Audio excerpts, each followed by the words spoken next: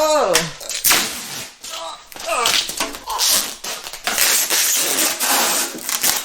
There's got to be a better way! Hi, I'm Tyler, owner and CEO of Seal Beam Rally Team, sponsored by Clark's Corvair Parts. Here to show you the best way to install side seals on your Chevrolet Corvair. Alright, for real, I had developed a system for putting these side seals on the shrouds, and I think it's pretty accurate and pretty easy, just takes a little time. So I'm going to walk you through that here. The first step is to go to Corvair.com and get all your side seal stuff, your staples, stainless staples, and everything you need to do this job. I assume you have your side shrouds on already. We also need our little strips here. And these were kind of hand stapled from the factory, so the staples are uneven. You want to make sure that your staples line up between the two parts side to side because they are not symmetrical. Next thing is I'm going to actually take one of these wood clamps, and I have about 6 of these laying around the shop because they're nice for clamping things together. They have the padded surface and they don't scratch anything. Now I can take this up, and it can be kind of a three-handed endeavor, but we just want to get this roughly lined up so the edges kind of fall off the end and we have plenty of room to work with this stuff. I'm going to run that up to the edge here. We have a little lip on the shrouds. We want to make sure that our seal actually isn't going past that. Put my clamp on here. Clamp is pretty good. I can fine tune this a little bit, but it's where I want it for now. Now I got my little Switzerland tin of sewing needles. We're going to take those needles out, or pins. Are they pins or needles? Whatever. I'm going through these pins one by one to make sure that they are installed accurately. So one thing I found out is you can let the trim strip hang down a little bit, and then we can poke it through the neoprene first, and that'll give you view of the trim strip on the bottom. So as I go through, I got that one in. And as that is in, I can pop it through the next hole, through the neoprene first, and then through the hole in the strip. Can I see the hole? There we go. Makes it a little bit easier. Through the neoprene first, and through the strip. Through the neoprene first. Come on. Then through the strip. Once you get the feel for it, it goes pretty quick. Neoprene first, then the strip. Now I got all my pins lined up here in a row. They're not off to the side, they're not at weird angles, and they look pretty happy. Now since we're using Clark's stainless staples to put this thing together, we're going to use Clark's instructions to size the drill bit. We're going to use either a number 54 or number 53 drill bit to put these together, and you may have guessed that the pins are here to line up our pieces of metal so we don't drill extra holes in here. I got my little drill bit. I actually bought this from Clark's with the order. It was just easier than trying to find one of these at a hardware store. So I'm going to just very gently drill holes in here. I know I'm using a hand drill. It gives me a little bit more control over whether it's biting or going through. I can really feel the progress in there and not have to worry about messing something up. I know that power tools are really popular these days, but I find that sometimes hand tools are the way to go. So we're going to go here. I'm going to pick a spot between these things and clamp it down. We'll take one of our pins out here. I can notice that this pin's coming out at a little bit of an angle, so it'll help me line my drill bit up to go in there the way it wants to go. Got this drill at Sears years ago. I don't know where you can get them now, probably Amazon or something. There, we're through. We'll bring them back up again. Take the next one out. And I'll drill that.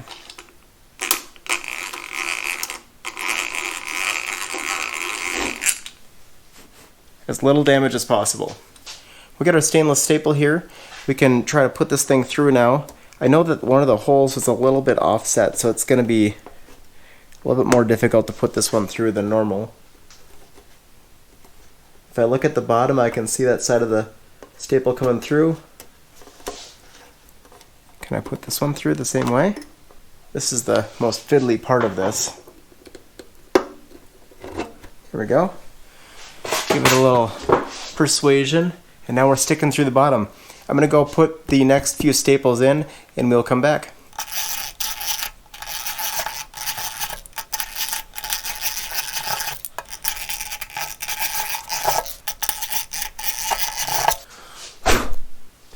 Trying to get this one in here. Goes in the left side, but not the right.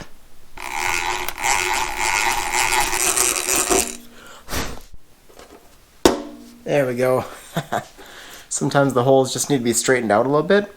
Even though I lined them up, sometimes they're just a little bit off, and they're off enough to interfere with the staple. Now we have to get these things bent over. Now Clark's recommends taking a vice grip and needle nose pliers and going in and actually bending them over manually. And I found that for these, I think the ends are too short for me to do that. I tried it. It didn't work very well for me, so I tried a different method here. I'm using this tiny little piece of scrap steel. It's a steel strap, and we're going to place that over the top of the staple, and we'll use 2 clamps here. Now that we've got the strap on top holding the staple down, I can go underneath and bend those tabs up. This is a really difficult position to film in, but I'm going to try to show you. So I go in from an angle here with the punch, and I'll hit it with a hammer.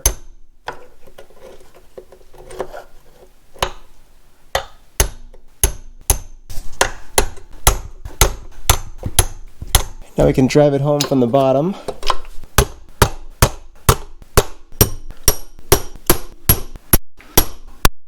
Alright, that one's pretty much flat.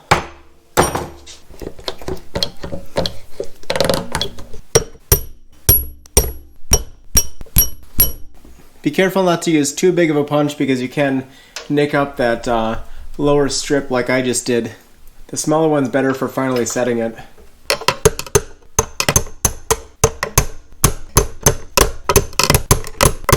Depending on what clamp you have, you might be better off flipping the clamp up like this. For me, that doesn't work so well because the side is a little bit bigger than this side, but check it out if you're using different clamps.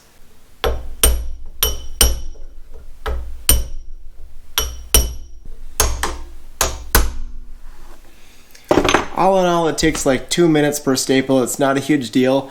Just take a few hours someday and just make it happen. In my opinion, it's better to go and take your time and to do it the correct way than it is to go and try to screw around or try to put in some...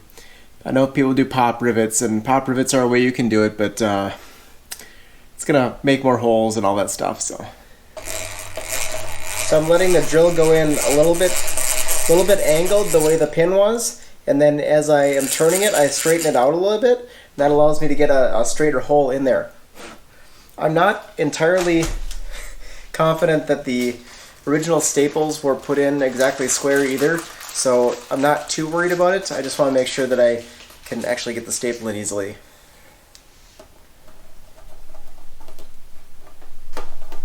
There we go. Easy.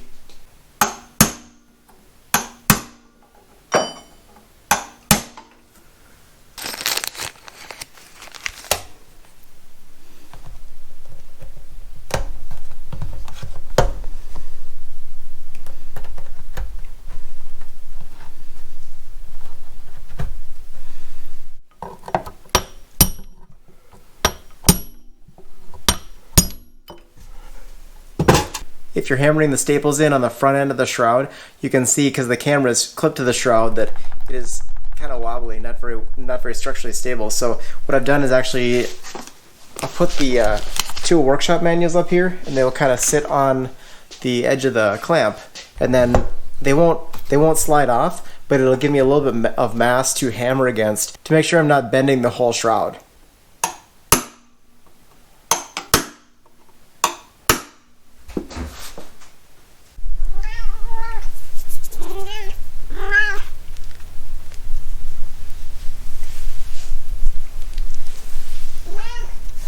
Using the same concept as before, I've pinned up the front seal on the front shroud. Now I'm going to try to take a couple out and drill them out. See if we can rig something up in the vise to hammer those staples down without them being attached to the motor. Without going down the whole rabbit hole here, I did manage to get the first staple in this strip here. has the two kind of upright portions, and then there's a valley in between them. So I figured out that the channel lock will actually fit between those. So I put a little tape on the channel lock, and I can set this thing down. See if I can do it right here. Kind of set that down on the channel lock with one hand and then hammer it on the other. So we end up with a staple that doesn't look all that bad. It's pretty flat aside from being sideways. So I'm going to continue with that. The problem is that I was being careless trying to straighten out a hole, and I broke that drill bit off. So we're going to get a replacement drill bit till I do anything else. Can't do any more drilling. Dang it. With the magnificent power of the internet, which is one of the best inventions of all time, I have found that a number 54 drill bit rounded down is 1/64. So we're going to try this 1/64 and see if this will work. That went pretty well. It went in straight, and I did drill straight through because the holes were a little bit offset on this one. But I think I can knock this thing into place. Let's give that a shot.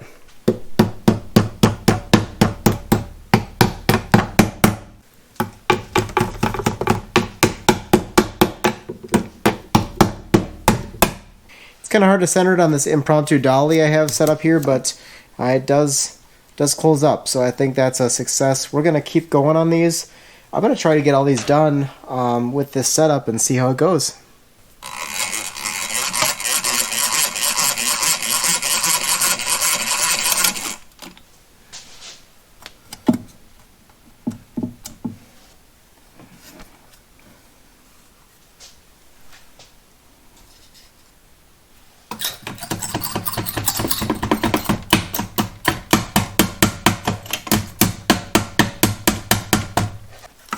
I know it's tricky because it was on the kind of concave corner here, but I got that bent over as well. Yeah, I mean, it's going okay.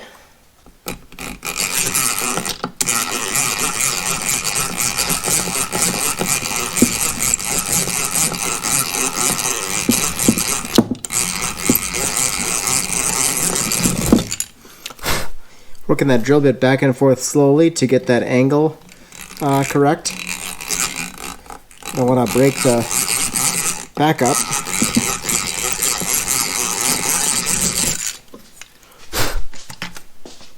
Well, the dolly worked all right. I had to move it up and down a couple times to get it in the weird kind of angles and curves this thing has. Overall, these things went okay. The finish is a little bit worse for wear on the bottom. That was where I was actually hitting it with the hammer, and I even used the punch in here. I was able to kind of set it on the dolly and then lean it up against stuff here and kind of get a final punch with that center punch and really flatten stuff out. This one in the corner, I had to go both the same side because there's a kind of an angle there and you can't get a tool that way. So otherwise it went pretty well. I know there is another piece that goes back here. I don't know where it is right now. I'm not sure what I'm doing with it yet, but we will add that later. I know how to do it now, and we will trim these up when all that stuff goes on and this kind of thing goes all in the car. So at this point I think it's pretty much ready to bolt this thing on, and we will move forward. It does look pretty good, but before I put it on, I have to acknowledge that mistakes do happen. We are all human. Well, most of us are human. And we have to put a barrier between the road salt and the rain and all the elements out there and our bare metal that we've created by both drilling on here, running those staples through, and just in general nicking stuff with the hammer and the punch. So I'm going to use my favorite rust inhibitor, that is AMSOIL HD Metal Protector. I am not sponsored by AMSOIL, but I like the stuff. It seems to do a good job on everything from my daily bicycle up to the F100 and stuff like that. So we're going to take this with the needle nozzle here and just spray all the little holes that I created and all the little tiny pieces that are they just really want to rust. So we'll spray this, let it soak down through the hole, and then I will let it dry for like 24 hours. I think it needs to dry. Well, I went and set this thing on the back of the engine. It looks pretty good, but I realized that, oh, the holes don't line up. What's up with that? Yeah, I thought this shroud was just supposed to be like that. Apparently it got bent pretty bad, so I'm gonna have to bend this shroud back up. It's funny the things that you go and restore the parts and you don't realize that they're not supposed to look the way they look. But yeah, this hole is supposed to be sticking straight up, and this one's supposed to be out a little bit. So we'll get that bent back up. I'll get this thing on, and I think what I want to do with this bell housing here is I want to go and it's still got a lot of corrosion on this. I want to see if I can get a little bit of this knocked off and then do some AMSOIL metal protector on that so that hopefully doesn't continue corroding when it gets wet in the future.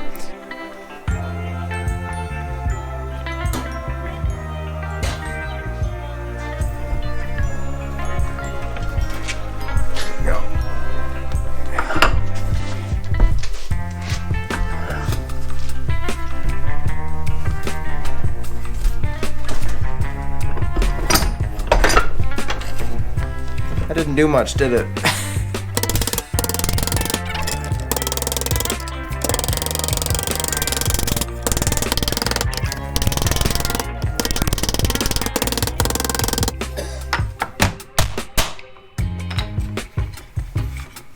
Well, that's as good as it's gonna get, I think. So we're gonna have to put it back on, and it's a driver, it's not a show car, I'm not gonna make a new one.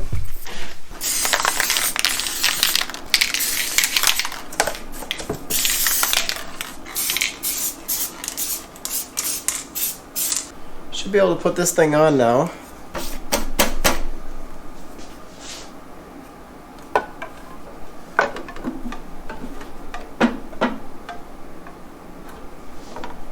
I got this part flattened out with the vise and the hammer and stuff downstairs.